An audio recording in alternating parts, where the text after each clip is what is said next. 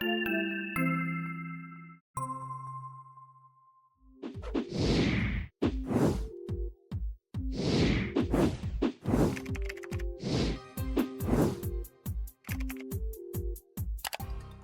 back, Richard. It's good to see you this morning. Hey, how are you doing?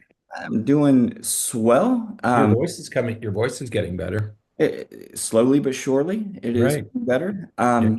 I'm excited about today's conversation for a variety of reasons, but Right. it's a topic I think that we talk about much more here in the office off Hmm. camera because we talk about schools and we Right. talk about what's happening in schools. Um, Right. when we talk about it here in the office, especially you and I, Mhm. we bring a lot more politics into it than we will in this podcast. But Yeah, we have opinions, right? we do, But, we do. but we keep, and I wish more people would follow our model. Have your opinions, keep them to yourself. Don't make them uh, a point of contention or Right, consternation. Um, Good to have your opinions, but right. but keep them Yeah, contained. because I think that, it would be great to have conversations with people, especially people who have dissenting opinions or Mhm. various ideas about some of this stuff. Right. But we're living in a time right now where it seems like people instead of having conversations, people get so angry, um, Mhm. and then when they get angry, then they're just working to prove their point instead of listening to what others might have to Right. say. So, but we're talking today about education. Right. And some of the struggles I think that we have seen in the education system that's really been growing and it's led to a lot of worries, I think, that we have about students and schools and teachers and just the entire Mhm. system, and certainly some concern about where things are moving in the Right. education system. Yeah, I was perusing the internet the other day, just looking around and looking for headlines. And education remains important to you and to me. And there's headline pops up, the news is not good. Well, as soon as you see a headline that says the news is not good, you got to look at it. Right. But then after the code, the subtitle was Nation's Report Card shows test score recovery is mostly elusive. What that means, Nation's Report Card. There is a test that's given in our country called the National Assessment of Educational Progress, NAEP. It's given every year, usually to fourth graders and eighth graders. And it's designed to check student progress around the country. It's the only test Right. that's given to the same group of kids. They all take the same test. And what happened was that in the 2024 test scores, there's a very significant decline in students' reading and math scores. Right. And we found two articles, one that has the report itself, and another was a distillation of the report in the New York Times. And both of them are in the show notes if you want to look them up. This test, the NAEP, is given to 500,000 students. 500,000 students are given this test in Mhm. 1,000 different schools. So it's a pretty broad scope. 33% of eighth graders were found to be below basic proficiency. And I'll tell you what that is in a second. That's the lowest that they've been in 30 years. And 40% of fourth graders are below basic. All right. So that's a serious decline in scores and something that people are going to have to think about. Right. What basic proficiency is a student can read. They have partial mastery of reading and math, but it's just not at grade level. Right. And they have some deficit. So we're not talking about the kids who cannot read, kids with severe dyslexia or dyscalculia. We're talking about sort of the normal kids in normal classrooms who have some proficiency, but not the proficiency that they really need. Right. So again, just so that's clear, when we say NAEP basic proficiency, what we're saying is that even those students only have partial mastery of Hmm. skills that are needed at that grade level. So we're not talking about students who are excelling. Right. When we're talking about proficiency, we're talking about sort of the lower end of the average range usually. Exactly. That's They exactly have a lot of the skills, but don't have all of the skills that we expect at that age and grade level. right. They're not really proficient. I mean, they're not really getting all that they need to get from their education. They're just they're lagging behind. And what it points out more than anything else is the achievement gap. Now, the achievement gap has been with us forever. It's something that educators have been trying to solve for decades, at least since the 60s, is that we know there's a difference, and the difference is based, sometimes it's racial, sometimes it's because of poverty, sometimes it's where you live. You're probably going to be in a better school if you live in Boston, Massachusetts, than if you live in a farming community in Mississippi where you just don't have the resources. Okay. So there's geography, there's race, there's poverty. All those things contribute to something we call the achievement gap. It's Okay. so we know there's this difference between the haves and the have-nots, but that gap has been widening. Right, Uh, and this was before the pandemic. right, Okay, so we're not going to blame. So this began years ago, and it simply accelerated with the pandemic. right, And so the scores really went down in 2022 because now you're measuring the effects of the pandemic. And that measured what the effect of the pandemic was on scores. But in 2024, the decline was even larger. So think about that for a moment, that the right. declines in 2024 are greater than the declines that were caused by the pandemic. Right. And we certainly have to kind of go through some ideas or questions that we need to answer as it Mhm. relates to why that's happening.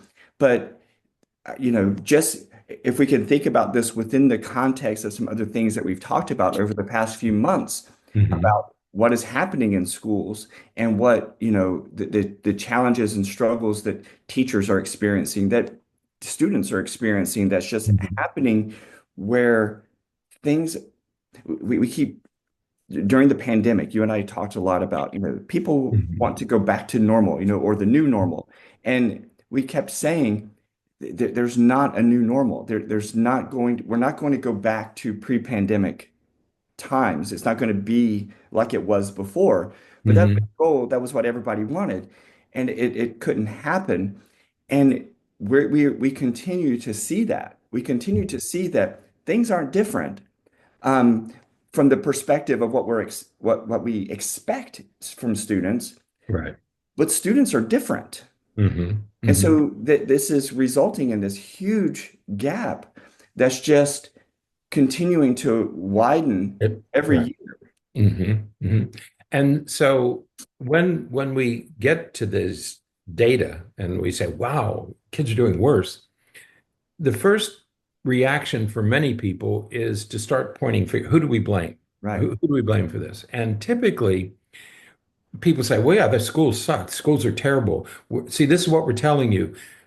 Schools are no good. They're failing our kids. right, So so okay, what's the solution for this decline? And people say, well, we should have choice schools, or we should have this school, or we should do this, or we should do that. Today, everybody wants to have choice schools. Well, I think I don't have anything against choice. What bothers me a little bit is that the choice, if there was no money involved, I would feel a little bit better. But when I hear choice schools that are run by private companies, and these are for-profit companies, I begin to worry a little bit because if there was no money attached to choice schools, I think I'd be okay. But when private companies say we can do it better, I right. have to, I I have to be shown. and the problem my goodness, I just wish that somebody would start screaming louder than we can scream. Is that if choice schools can do it, if we want to say that what some of these schools are doing, that's the model that we need to use, Hmm.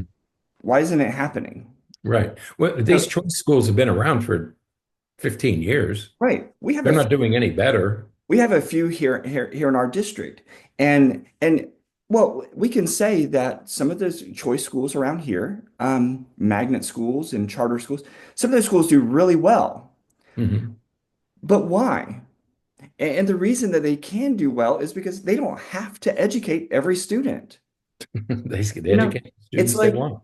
if those models would work for everyone, the way that people try to claim that they would, and well, you know what? Your kid would really do well if they could just choose what school they went to. Right. It's not true. Right. Because if it was true, then we would just do the same thing at every school and then every student would succeed. Right. Just We isn't realistic. It's not, I mean, that common sense is what I heard that we can use to make decisions about things. Um, Common sense would tell you that if something can really work for everyone, why wouldn't we just do that to every right. school? And then we wouldn't have to worry about students picking what school they want to go to because every school would be exactly the same. And it's That's just not right. true. So we and I want to reiterate that and sort of just encapsulate it by saying school choice has been with us for at least 20 years. Right. The schools that parents choose are not doing, they have not solved the achievement gap. The only way a school can solve the achievement gap is you accept and retain only those students who can do work at grade level. Right. Now, we have magnet schools in our school district, and that's what they do. They Right. keep the students who can work at grade level. So yes, they're going to look like a successful school. They're Mhm. not successful because of what they're doing. They're successful because of the students that they have, Right. right? You take any private high school in any these independent high schools in the United States, private schools have a very advanced curriculum, but only certain students are admitted and only certain students are retained. If you can flunk out of those places, but you can't flunk out of a regular public school. Right. There was no such concept. Okay. So school choice has been with us for a long time. It's not solving the problem. Now, it's it's easy to blame, but the problem is far more complex and it has a lot of little facets. Okay, so this is what, as we look at these numbers and say, wow, the gap is widening, students are doing less well than they've ever done. It's not teachers, it's not schools, it's not public schools. It's a complex problem. And in the long run, and the reason we want to talk about this issue today is we believe it's more fruitful if we're going to get to the bottom of this decline to consider at least three questions. Number one, does this decline reflect something that's different in students? You know, Right. are we dealing with a different kind of student than we did 10 years ago or 20 years ago, 30 years ago? Second, are schools or teachers, are they doing something different? Has something changed in schools that would explain the decline? Or are they doing something wrong? Okay, Okay. so I'm willing to consider that. And the third question is, can schools do anything about this gap, this decline? Because we're seeing a decline across the board. It's Right. just wider with underachieving kids. Right. The kids who are doing less well today are kids who were doing poorly before the pandemic. Right. Okay. And we So, see that same gap in adulthood. and It's not like it goes away. no, this is not just, I'm glad you brought it up because this achievement gap exists in adults as well as children. So it's not just a school problem. Yeah. This is a broader problem that goes beyond what's happening in classrooms. Right. Not that everything in classrooms is okay, but we have to remember that, and we have to keep drumming away at this point that whatever this is, it's much broader than school, Right. what's happening in schools. So the other issue is that when we talk and say, well, why are you talking about this? When we talk about this gap, this decline, we are in this country, we have sought to build an equitable society. When when public education was first started back in the 1830s, it was to educate all citizens. That was the concept. Okay, so we've always had this belief Mhm. that as a nation, we should educate all children. That's why we have free public schools at Right. taxpayers' expense, because you don't have to pay for an education in this country. It's provided by the government because we want our citizens to be educated. However, what we have today is we're creating a situation of haves and have-nots. Right. There are some children in this country who are going to very good schools and they're getting a very good education. But there's also a large number of kids who are going to very poor schools and getting a very poor education. Mhm. Years ago, Jonathan Kozol, I mean, gee, back in the 80s, wrote a book called Savage Inequality. And he talked about this back in the 80s. We've had this inequality in schools. But at the same time, we have some very, very good schools. You can go to any school district in the United States, especially a large school district. Ours is a pretty large school. We have about 100,000 students, I think, in our school system. And um, there are some really, really first-rate schools doing a great job, and there are some schools that are really, really struggling. All right. So even within our little county, you have this massive, savage inequality among schools, and there are certain schools that parents just won't send their kids to. Okay. What it creates when you create a system of haves and have-nots, you start to set into motion something called social Darwinism, where certain people are going to succeed and certain people are going to fail. And that is not what the founding fathers had in mind, that we're only going to let some people succeed. All right. Right. So that's the problem with this achievement gap is you have this undereducated group at the bottom that will never have a chance to get ahead. Yeah, I think that a key part of social Darwinism, because there will always be, part of what Darwinism says is that survival of the fittest. It's not evolution per se. It's survival of the fittest. It's natural selection. And so things that you do that progresses you and improves things for you, you continue to Mhm. do, and things get better. I think that what is really concerning is that students who come from those areas where they're the have-nots, they begin to have a worldview where this is all there is. That improving isn't an option, isn't a possibility. So, Mhm. the best that I have to look out for in life is to be exactly where I am right now. And it's that Mhm. not necessarily, I don't even know that it wouldn't necessarily be like a learned helplessness so much as it is just a progress or improvement or improving my lot in life just isn't an option. It's almost like a caste system where Mhm. it's like this is just where I am and there's no and I think that people that come from the haves, area of life, um, it is really hard for them to understand where those other folks are coming from. Because Mhm. how many times do people say, well, you just got to pull yourself up by your bootstraps and, whatever those ridiculous things are that people say. Um, they'll say those things as though those people don't even have boots. It's like they don't even recognize that there are bootstraps to pull to pick themselves up because it just isn't part of their worldview. Mhm.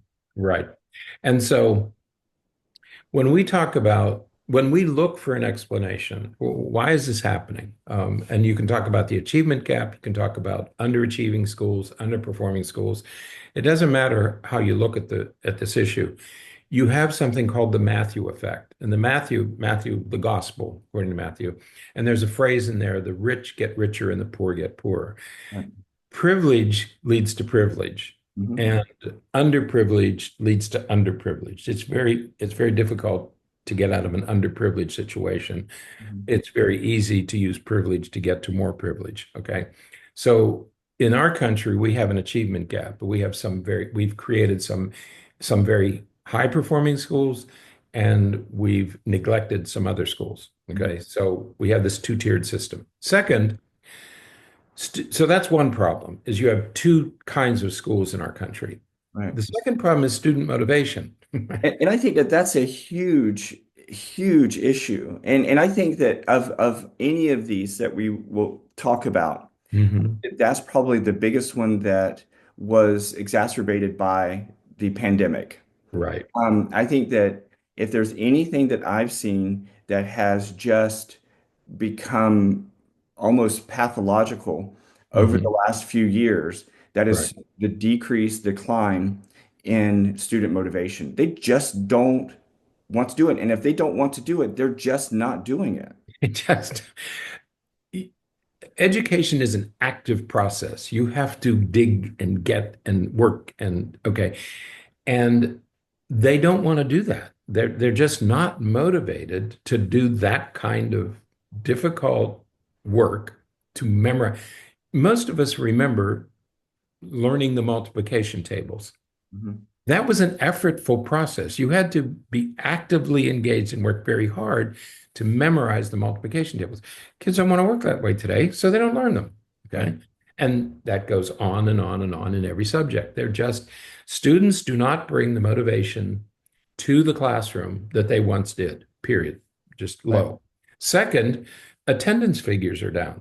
Kids Right. aren't going to school as much, Yeah. missing days, they're missing classes, they take time off, they don't go to school. Absentee rates are elevated around the country. Mhm. Every school district is complaining about absentee rates. Yeah.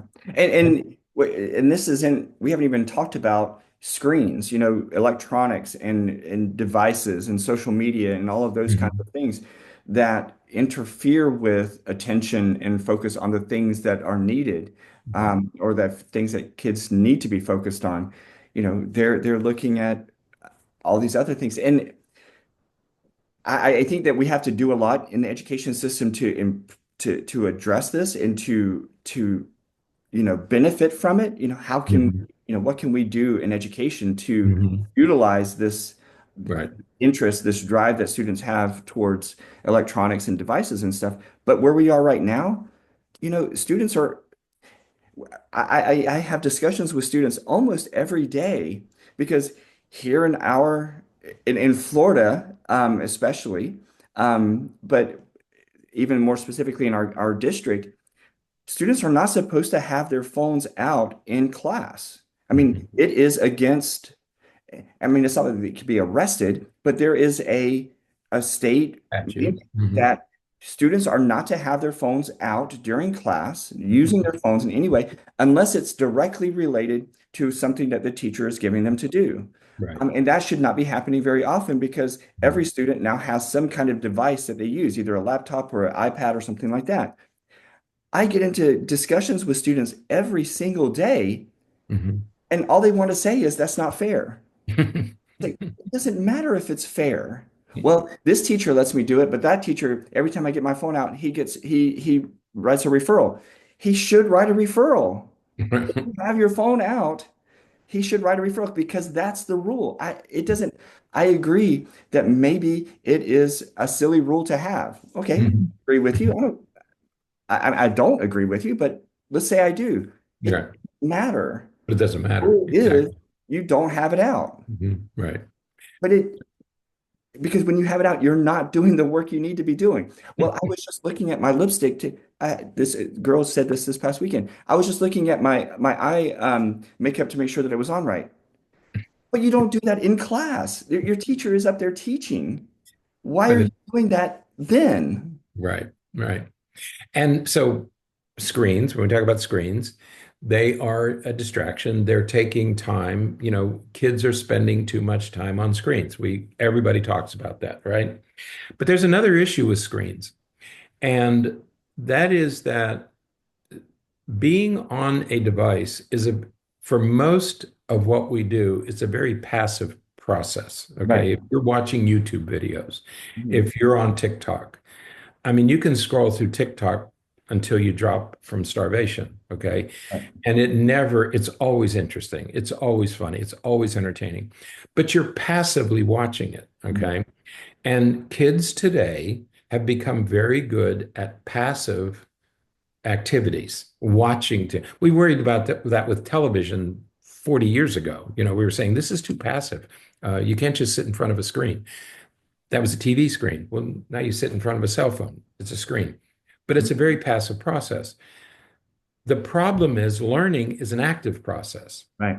And so if you take a kid who spends 90% of his time passive, and then you say, now I want you to be active, Right. they don't have any concept of that. Right. And they will tell you, if I want to know something, I'll just look it up. Right. Because we all know that, I mean, I guess most of us know that if you want to know how to do something, Mhm. YouTube. Google it. YouTube Google it. will give, there's a video on how to do just, I mean, most things that you can think of. Mhm. I looked up something specific to a specific appliance that I had at my house. Mhm. I looked up, needed to look up something, how to do something with it. And there's a video on how to do that specific activity on that specific machine on YouTube. Mhm. Anything that you want is there. So I get that they're saying that and they use that as their rationale, but and this is where I think education has to tweak some things. Education isn't about just going there just to learn things. Mhm. Going there to learn how to learn things, how Mhm. to think about things. Mhm. If you can tell the difference in the way a student thinks before and after they learn algebra. Mhm. They Mhm. think about things differently. It Right. has nothing to do with how good they are at algebra. It Mhm. has to do with the way that they had to start thinking in order to do algebra.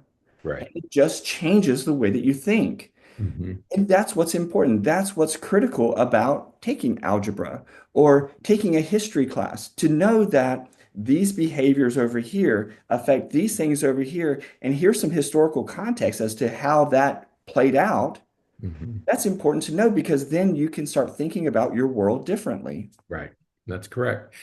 So they will ask you, why do I have to slave over this stuff? If I'm going to know what 7 times 6, why do I have to memorize it? Okay.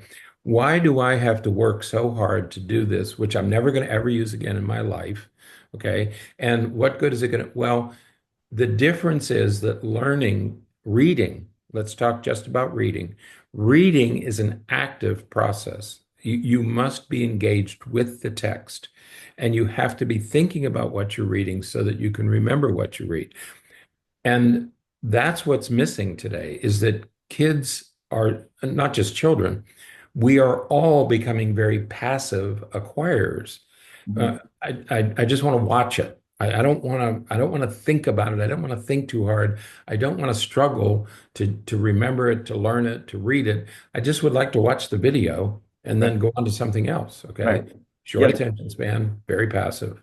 Yeah. There's a difference between a person who can watch a video and then follow along with the video to take something apart and put it back together Mhm. versus a person who understands how the device works and can take it apart and knows what all those different pieces are, knows what Mhm. they do to put it back together to make it work better. Right. There's a difference between that and Mhm. school education, again, is how you think about things. Right. So just our overall thoughts.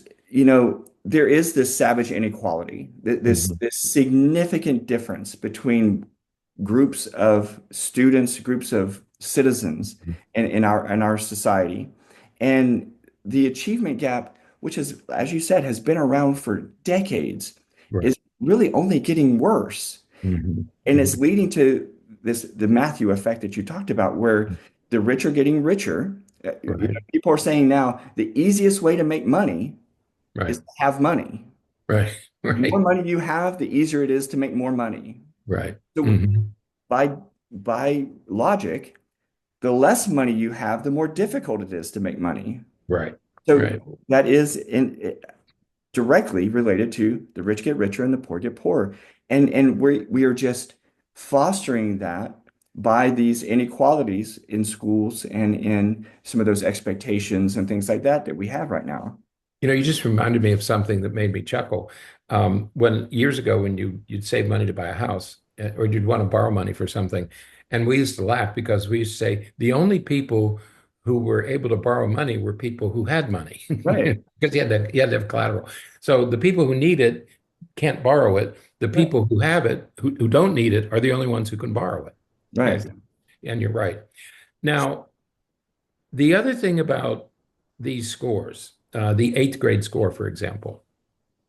If eighth graders are doing poorly, and especially the low achieving kids, if they're doing poorly in eighth grade, they are not going to be allowed to take the advanced classes that you need to improve yourself.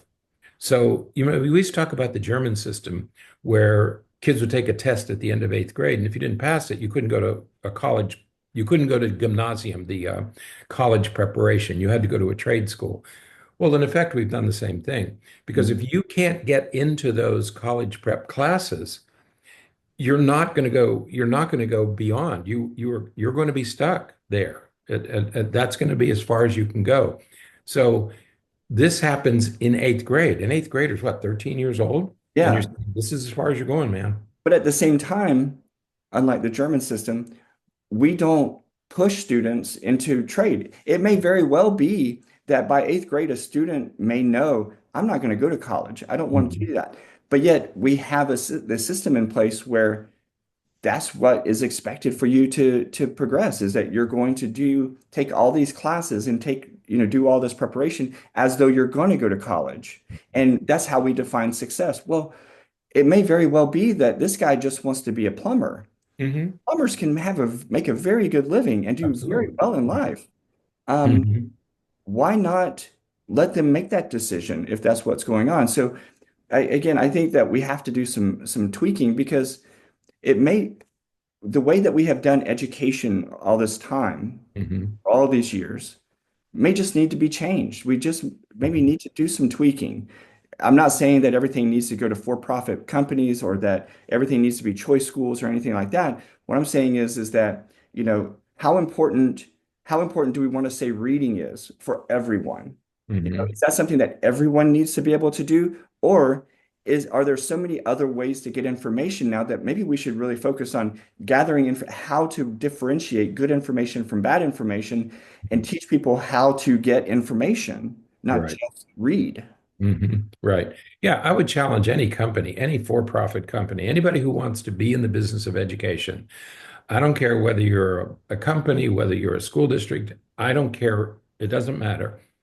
If you have something that works, show it, show that it works. Show me that you can educate all children Right. successfully. Okay. Don't just tell me that you're better. Show me your results. Show me that you're better. Do the NAEP. Show me that your system really works. I'll pay for it myself. Okay. Yeah. But here's another thought. In the short term, we have to somehow resolve these problems. In the long run, it's possible that reading could be dying as a way of learning. I That's what I mean, was saying. Yeah. it might become something that only some people learn how to do Right. because you don't need to read in Right. order to get it, in order to get or you need to read at about a sixth or seventh grade level, and Right. that may be where most people stop. And for the rest of us, it becomes this artisan type of activity where just a few people read. Right. Well, because we have, again, there's so many other ways to get information, Right. that Mhm. we can know things. There's knowledge and there's knowing. And what does that mean? Like, what is the difference between, yeah, if I need to do something, I can look it up on YouTube, see how to do it and do it. I don't need to, I don't need to have that base form of information to have all this knowledge about Right. how this blender works. All I need to Mhm. know is how to make my smoothie. Um, Right. and so I can look that up, I can make my smoothie, and now I'm good to go. I don't have to know how all of that stuff works. And so again, we need to figure out what the purpose of education is, what Mhm. we're doing and how we're going to do it, and then maybe, have some adjustments to the way that the whole system is working. Yeah. So in the short term, we need some solutions for our current problems. In the long term, maybe, what is the purpose of education? Maybe it is already changing and we don't even realize it. Right. That the purpose of education has changed over the last 10 or 15 or 20 years. And maybe the goal of education has to change. Maybe how we define knowledge has to change. Maybe it is different. and Mhm. we just haven't caught up with, Right. I think if you talk to most high school students, their understanding of knowledge is probably very different than my understanding of knowledge. Right. And that's what we're seeing is that it's just a difference of how we define what is knowing, what does it mean to Right. know something. And maybe schools have already changed and maybe reading, Socrates was opposed to reading. He didn't Yeah. want anybody to learn how to read or write. There was no reason to do that. And he was opposed to it. Right. And maybe maybe we have to start asking these questions. I Right. don't know. Absolutely. Well, And we'll don't blame the schools, don't blame the teachers. right. It's a bigger problem than that. Right. Well, we will be here to continue talking about this as more information comes out, and we keep seeing more things looking at these issues. So, all Right. right. Until next time, stay happy, stay healthy, and forget to be afraid.